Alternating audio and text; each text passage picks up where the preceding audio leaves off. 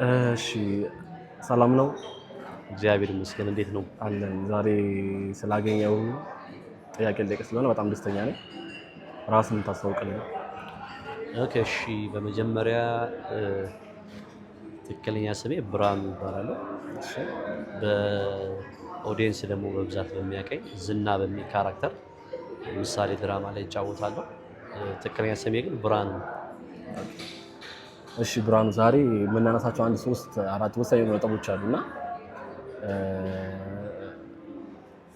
ወደ አንደኛው ስመጣ ስለተዋወቅን ደስ ብሎኛል። እንግዳም ሆነ ስለመጣ ስላወራንህም ደስ ብሎናል እና ልንጠይቅ የምፈልገው አንድ ጥያቄ አለ። አንተም ወጣት እንደመሆነ መጠን ፕላስ አንተም ወጣት ስለሆንክ ይሄ ነገር ደግሞ አንተንም ስለሚመለከት በዚህ ጉዳይ ላይ 1-2 ነጥቦችን እናሳብሰን ደስ ይለኛል። በምን ጉዳይ? አንደኛው ለምሳሌ አሁን ስላለው ስለ ሽምግልና አገር ውስጥ ስላለው ስለ ሽምግልና ጉዳይና ስለ ትዳር። ሽምግልና ማለት በትዳር ዙሪያ ማለት ነው። የስ በትዳር ዙሪያ ነው። የድሮ ሽምግልና እሱ ድሮ ቀርቷል። ይሄ ድሮ በጊዞ እስኪዞ እሱ አይደለም። አሁን ደግሞ ሌላ አይነት ነገር ውስጥ ገብተናል። ስለዛ ምን አይነት ሀሳብ አለ? ልክ ነው። ምን አለ መሰለናት አሁን ድሮ ሽምግልና ሲባል ልጁ እንዴት ነው፣ ጸባይ ያለው ወይ፣ ቤተሰቡ እነማን ናቸው፣ የማን ዘር ነው የሚሉ ነገሮች ነበሩ ድሮ። ኦኬ አሁን ላይ ግን ፈርስትሊ ሽምግልና ከመላኩ በፊት ፋሚሊም ምን አለው የሚለውን ነው የሚያየው። እንደውም አንድ ትሬንድ የሆነች አባባል አለች፣ አቤል ይወድሻል ገመቹ ያገባሻል። በትክክል አሁን እሱ ትሬንድ ሆኗል። ሰው ምንድነው ጋብቻ በጣም ወጣቱ እንዲፈራ ከሚያደርገው ነገር አንዱ የሽምግልና ሂደት በእኔ አስተሳሰብ ማለት ነው። እና ሽምግልናው እንትን ሆነ ቦሪንግ ሆነ። አንተ እንደምን ታየዋለህ? ለምሳሌ ቀርተራ አቋረጥኩና አግባብ አለው ወይ ብለህ ታስባለህ? ማለት አሁን እኔ እንደሚመለከት ራሱን የቻለ አንድ ሰርግ ነው። የስ ግን ቢሆንም አሁን ለምሳሌ ምን አይነት ወጣቶች እያፈራ ነው ከሚለው ነገር ጋር ብናያይዘው ጥሩ ነው። ምክንያቱም ድሮ ሽምግልና ሲባል በቃ እንደሚታወቀው በትንሽ ነገር የሚያልቅ አይነት ነገር ነበር። አሁን ግን ሽምግልና በራሱ ፉክክር ሆኗል። ፉክክር የሆነበት ታይም ላይ ያለ ነው።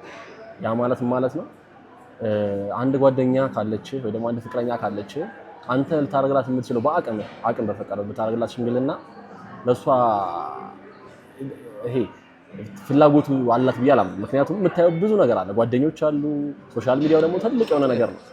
ሶ አሁን ትዳር ጠል የሆነ ወጣት እየተፈጠረ ነው ብዬ ነው ያምናለሁ። እንዳንተ ምን ይመስላል? ምንም ጥያቄ የለውም። ትዳር ጠል እየተፈጠረ ነው የሚለው ነገር ምንም ጥያቄ የለውም። ምክንያቱም በአሁን ሰዓት ሽምግልና ለመላክ፣ የሰርግ ወጪ ለመሸፈን፣ ቤት ከዛ መልስ፣ እነዚህ ወጪዎች ጠቅላላ ስታስባቸው አሁን ካለው ወጣቱ እየሰራ አይደለም። ወጣቱ ማለት እየሰራ አይደለም ማለት ያው ይታወቃል አይደል? በትክክል ኦብቪየስሊ የኢትዮጵያ ያለንበት ኢኮኖሚ ሁኔታ ይታወቃል። ሰው ዴት በማድረግ ብቻ ነው ራሱን እያቆየ ያለው እንጂ ወደ ሽምግልና ከዛ ትዳር ለመያዝ ከዛ በኋላ እውነተኛ ህይወት ለመምራት የሚያስብ ወጣት ማግኘት ከባድ ነው። ሲሪየስሊ ማለት ነው። እኔ ሽምግልና እኮ ጥሩ ነው፣ ባህሉ ባይዘው በጣም አሪፍ ነው። ግን ምንድነው ይሄ ያለ አይደል እንትን ነው። አሁን ሴቶች ደግሞ አበበች ሽምግልና ተልኮላት ከበደች ካልተላከላት እንዴት ነው የሚል ፉክክር አለባቸው። በትክክል ይሄንን ፉክክር ለመሙላት ሲል ወንዱ ተጨነቀ በመሃል እና ሽምግልና ቢኖርም ግን በልኩ ብናደርገው ከአንዳንድ ሰርጎች እንደውም አንዳንድ ሽምግልናዎች ይበልጣል በዋጋ ደረጃ ማለት ነው። እንደዛ ነው። ግን ምንድነው ፍቅር ካለ እኮ ኖርማል ነገር ነው። ፍቅር ካለ በሽምግልናም ሊያልቅ ይችላል፣ ቀለል ባለ ሽምግልና። ሴት ልጅ ደግሞ ከወደደች ባይዘው ቤተሰቦቿን ትታ ትመጣለች አንተ ጋር። ትክክል። ይሄን ታውቃለህ?